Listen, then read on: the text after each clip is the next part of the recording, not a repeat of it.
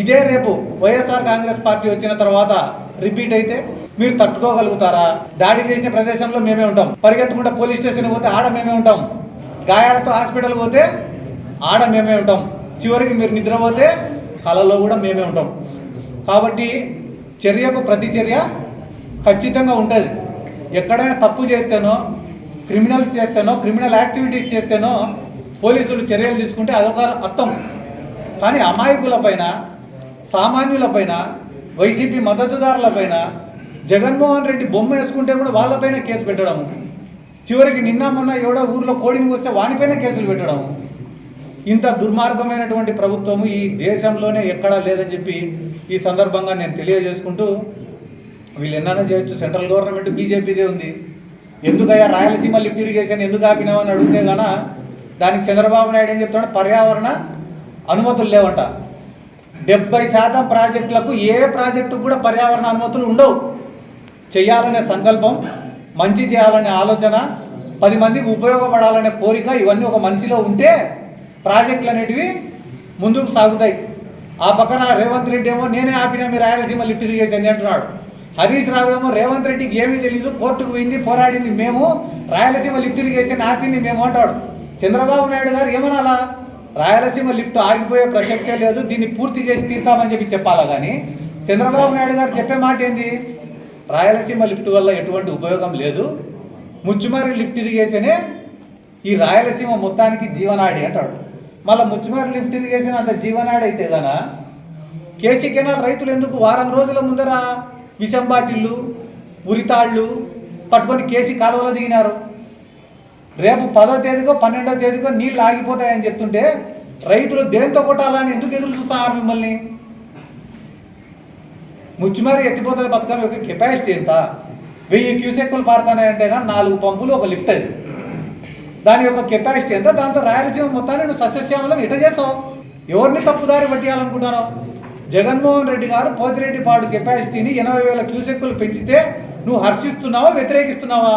ఒకవేళ నువ్వు వ్యతిరేకించే వ్యక్తి అయితే ఎన్టీ రామారావు గారు ముఖ్యమంత్రిగా ఉన్నప్పుడు ఎన్టీ రామారావు గారు 1,00,000 క్యూసెక్కులకు పోతిరెడ్డిపాడును పెంచడానికి సిద్ధంగా ఉండాలనే స్టేట్మెంట్ ఎవరు ఇలా టీడీపీలో ఇచ్చిన వ్యక్తి ఇదే చంద్రబాబు నాయుడు గారు. ఆ రోజు మీ ప్రభుత్వం ఉంటే ఒక రకంగా, ఈరోజు జగన్మోహన్ రెడ్డి గారు మంచి చేస్తుంటే ఇంకొక రకంగా. మీరు మాట్లాడటం వెనుకాల ఆంతర్యం ఏమి అంటే మంచి చేయకూడదు, మెడికల్ కాలేజీలు జగన్మోహన్ రెడ్డి గారు ఇస్తా అంటే తప్పు, ఈయన ప్రైవేటైజ్ చేస్తే ఒప్పు, రాయలసీమ లిఫ్ట్ ఇరిగేషన్ జగన్మోహన్ రెడ్డి గారు చేస్తా అంటే తప్పు, ఎన్టీ రామారావు గారు స్టేట్మెంట్ ఇస్తే ఒప్పు. రాయలసీమలో ఉండే ప్రజాప్రతినిధులు, వైఎస్ఆర్ కాంగ్రెస్ పార్టీకి సంబంధించినటువంటి సీనియర్ నాయకులు అందరూ కూడా దాంట్లో పాల్గొంటున్నారు. కాబట్టి ఆ కార్యక్రమాన్ని విజయవంతం చేయాలని చెప్పి రాయలసీమ ప్రాంత ప్రజలను, అదే రకంగా నెల్లూరు జిల్లా ప్రజలను అందరినీ కూడా కోరుతున్నాం. ఎందుకంటే గాన ఈరోజు రాష్ట్రంలో ఒక డైవర్షన్ పాలిటిక్స్ తప్ప ఏం జరగడం లేదు. చంద్రబాబు నాయుడు గారికి ఏదన్నా ఒక స్కీమ్ గురించి అడిగినామంటే వెంటనే 2వ రోజు వైఎస్ఆర్ కాంగ్రెస్ పార్టీ నాయకులపైన కేసన్నా పెట్టాలా, లేదా వైఎస్ఆర్ కాంగ్రెస్ పార్టీ నాయకులపైన దాడులన్నా జరగాల, వెంటనే ఆ ఇష్యూని డైవర్ట్ చేసి ఆ స్కీమ్ గురించి ఎవరు అడగకుండా చేయాలనేదే ఈ గవర్నమెంట్ యొక్క ముఖ్యమైన ఉద్దేశం. కాబట్టి ఇంకా ఎక్కువ రోజులు నిలబడే పరిస్థితి లేదు. ఆల్మోస్ట్ దాదాపు ఇప్పటికి 18 నెలలు అయిపోయింది. ఇంకా కేవలం ఒక 2 సంవత్సరాలు ఉంది, ఆ తర్వాత ఫైనల్ ఎలక్షన్ ఇయర్ వచ్చేస్తుంది. కాబట్టి ఇప్పుడు వాళ్ళకున్న ముఖ్యమైన ఉద్దేశం ఏమిరా అంటే జిల్లాలో, ప్రతి జిల్లాలో కూడా వైఎస్ఆర్ కాంగ్రెస్ పార్టీకి సంబంధించిన ఒక మేజర్ ముఖ్యమైన నాయకుడిని ఇబ్బంది పెట్టాలా. మీరు ఏ జిల్లానా తీసుకోండి, ఆడ నెల్లూరుకు పోతే కాకాని గోవర్ధన్ రెడ్డి గారి పైన కేసులు పెట్టి దాదాపు ఒక 3-4 నెలలు జైల్లో ఉండేటట్లు చేసినారు. ఆ చిత్తూరు జిల్లాకు పోతే శివరెడ్డి భాస్కర్ రెడ్డిని లోపల పెట్టి ఆయనని ఇబ్బంది పెట్టే ప్రయత్నం చేసినారు. నల్లపరెడ్డి ప్రసన్న కుమార్ రెడ్డి గారి ఇంటిపైన దాడి చేసినారు. పల్నాడు జిల్లాకు పోతే గాన పిన్నెల్లి రామకృష్ణారెడ్డి బ్రదర్స్ పైన చేయని నేరానికి డబల్ మర్డర్ కేసు పెట్టినారు. నిన్న అంబటి రాంబాబు గారి పైన దాడి చేసినారు. పేర్ని నాని గారి పైన రోజుకు 10 కేసులు పెడుతున్నారు. పులివెందలలో జెడ్పీటీసీ ఎన్నికలు జరిగితే పోలీసుల దగ్గరుండి ఓట్లు వేసిపోయినారు. ఇట్లా మీకు చెప్పుకుంటూ పోతే గాన చిత్తూరు జిల్లా నుంచి శ్రీకాకుళం జిల్లా వరకు ప్రతిరోజు వైఎస్ఆర్ కాంగ్రెస్ పార్టీ నాయకులపైన కేసులు పెట్టడం, ఇబ్బందులు పెట్టడం, దాడులు చేయడం, చివరికి సోషల్ మీడియాలో ఎవరైనా చిన్న చిన్న పిల్లలు వైఎస్ఆర్ కాంగ్రెస్ పార్టీకి మద్దతు తెలిపితే వాళ్ళపైన దాదాపు ఈ రాష్ట్రంలో 10-11 స్టేషన్లలో కేసులు నమోదు చేసి రోజుకొక జైలుకు తిప్పే పరిస్థితి. కాబట్టి ఈ రివెంజ్ పాలిటిక్స్ పైన వాళ్ళ కాన్సన్ట్రేషన్ ఉంది తప్ప ఈ రాష్ట్ర ప్రజలకు ఏమో మేలు చేయాలా, రిఫార్మ్స్ తీసుకొని రావాలా, ఈ రాష్ట్ర ప్రజల యొక్క భవిష్యత్తును తీర్చిదిద్దాలా అనే ఒక ఆలోచన వాళ్ళకు లేదు. ఎందుకంటే దానికి ఒక బెస్ట్ ఉదాహరణ ఏం చెప్పాలరా అంటే తిరుమల తిరుపతి దేవస్థానం, తిరుపతి లడ్డు. ఒక రాష్ట్రంలో ఉండే హిందువులే కాదు, దేశంలో ప్రపంచంలో ఉండే హిందువులందరూ కూడా ఎంతో పవిత్రంగా భావించి తిరుమల దర్శనం చేసుకోవాలని అనుకుంటారు. చంద్రబాబు నాయుడు గారు ఈరోజు రాష్ట్రానికి ముఖ్యమంత్రి. ఒక కుటుంబ పెద్ద ఎట్టుంటాడు, ఒకవేళ కుటుంబంలో ఏదన్నా తప్పు జరిగితే ఆ తప్పును కడుపులో దాచిపెట్టుకొని కుటుంబ పెద్దగా సరిదిద్దాలని అనుకుంటాడు. కానీ మన రాష్ట్రం యొక్క దరిద్రం ఏమరా అంటే ఈ రాష్ట్రంలో ఏ పొరపాటు జరగకపోయినా, ఏ తప్పు జరగకపోయినా, తిరుమలలో ఎటువంటి కల్తీ కానీ ఎటువంటి పంది మాంసంతో కానీ తిరుమల లడ్డు తయారు చేయకపోయినా రాజకీయ స్వార్థంతో జగన్మోహన్ రెడ్డి గారికి హిందువుల్ని దూరం చేయాలనే ఒక ఉద్దేశంతో దాంట్లో జంతు కొవ్వు కలిసిందన్నారు. వీళ్ళకి ఏమన్నా చిన్నప్పటి నుంచి తిని అలవాట, దాంట్లో ఏం కొవ్వు కలిసిందో ఎట్లా చెప్పినారు వీళ్ళు, ఏ రిపోర్టు రాకముందు ఎట్లా చెప్పినారు.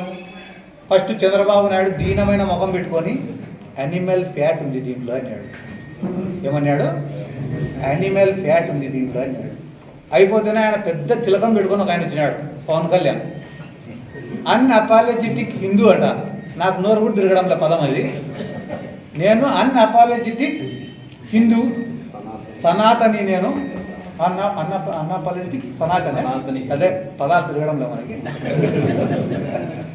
ఆయన అంత పెద్ద మాట మాట్లాడి దీంట్లో అయోధ్యకు పంపించినారంట. తిరుమల లడ్డు, పంది కొవ్వు కలిసిన తిరుమల లడ్డుని అయోధ్యకు పంపించినారంట. ఎటువంటి ఎవిడెన్స్ లేకుండా, ఎటువంటి ఆధారం లేకుండా, చివరికి దేవుణ్ణి కూడా వీళ్ళ రాజకీయాలకు వాడుకున్నారంటే రాబోయే రోజులలో పుట్టగతులు కూడా లేకుండా పోతారని చెప్పడంలో ఎటువంటి సందేహం కూడా లేదు. మీరు కనపడిన చోటంతా చెప్పినారు, కనపడిన మనిషికి అంతా చెప్పినారు కదా తిరుమల లడ్డులో పంది కొవ్వు ఉందని చెప్పి. లేదని చెప్పి ఛార్జ్ షీట్లో వేసినారు. మళ్ళీ ఇప్పుడు దీనికి ఏం సమాధానం చెప్తారంటే పంది కొవ్వు లేదు కానీ కల్తీ ఉందంట. మళ్ళీ పంది కొవ్వు అడిగిపోయింది, వీళ్ళు తిన్నారా అంటే ఏదన్నా మాట మాట్లాడితే దాడి చేస్తారా, ఇళ్ళపైకి పోతారా? డైవర్షన్ పాలిటిక్స్ కాక ఏం చేస్తున్నారు వీళ్ళు ఈరోజు? ఇళ్ళపైన దాడి చేసి, పిల్లలను ఆడవాళ్ళపైన దాడులు చేసి, రాత్రి 5 గంటలు జరిగింది ఘర్షణ. 5 గంటల వరకు పోలీసులు ఏం చేస్తున్నారు? ఎస్పీ గారికి ఫోన్ చేస్తే ఫోన్ ఎత్తలే, ఐజీ గారికి ఫోన్ చేస్తే ఫోన్ ఎత్తలే, డీజీపీ గారికి ఫోన్ చేస్తే ఫోన్ ఎత్తలే.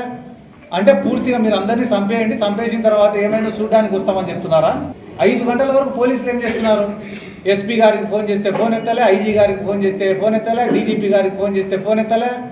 అంటే పూర్తిగా మీరు అందరినీ చంపేయండి, చంపేసిన తర్వాత ఏమైనా చూడడానికి వస్తామని చెప్తున్నారా?